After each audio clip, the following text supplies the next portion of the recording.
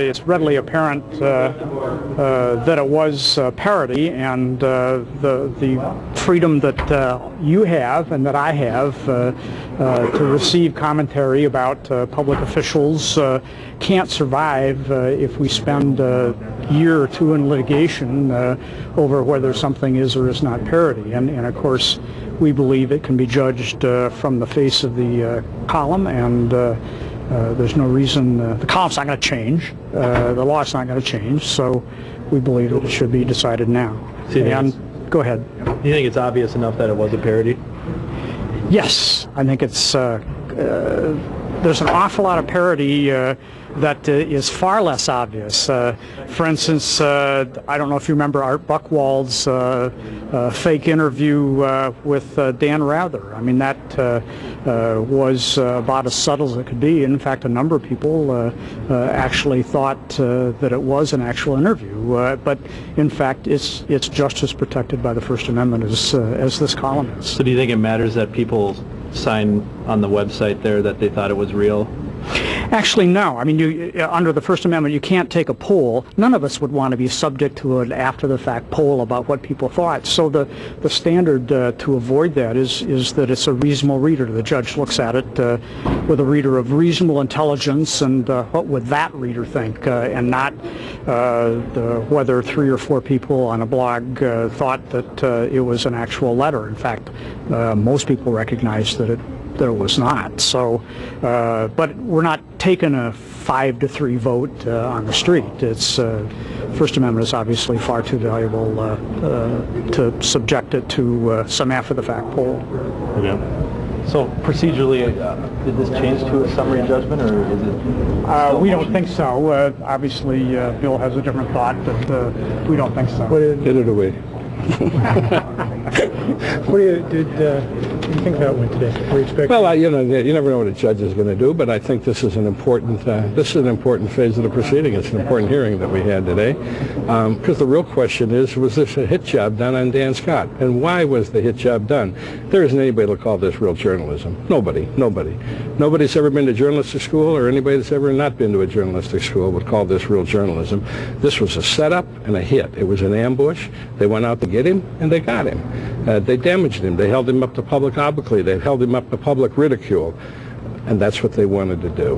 What about the argument there is that as you go through the article, it becomes clear that it's a parody? Except he reads it with slow drama, and he left most of it. He left the lead-in out. Did you hear him say the word news item?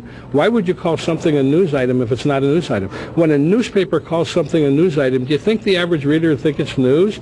Do you think when you guys go on the station at night and you say, next we're going to have a news special for you, do you think you should then put on Comedy Hour? Or would it be something that you're telling the public is going to be news? This thing said that it was going to be news. It set him up. In addition to that, it said in the lead-in that he was talking to out-of-state legislators, when he wasn't talking to out-of-state legislators.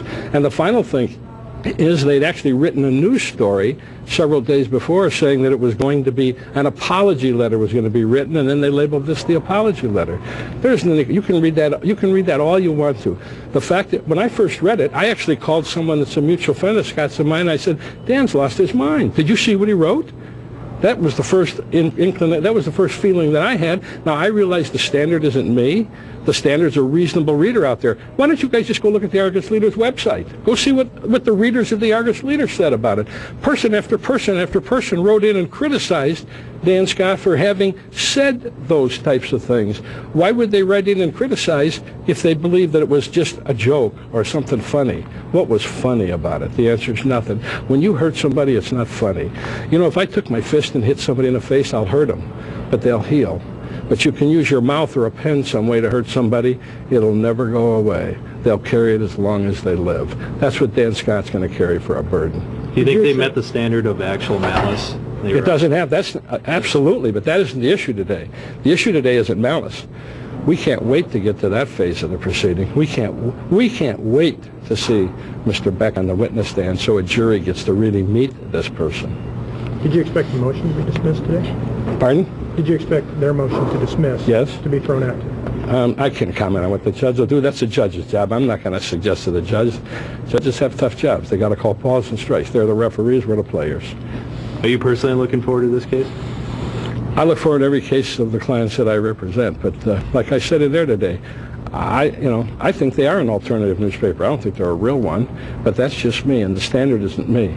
The standard is what they claim they are. They claim they're a mainstream newspaper, and we think they ought to act like one, and in this issue, they didn't.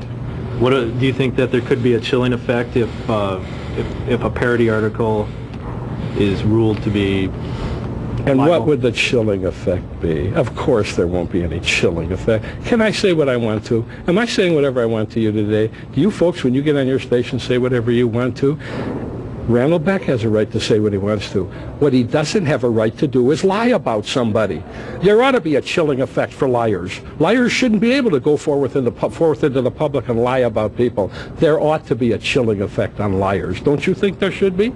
Isn't that what they teach you in journalism school? You bet they do. They teach you to tell the truth.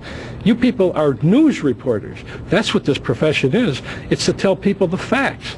And on the editorial page, you can comment editorially, but you have no license to lie about people. When you lie about somebody, you're liable. All right, thanks.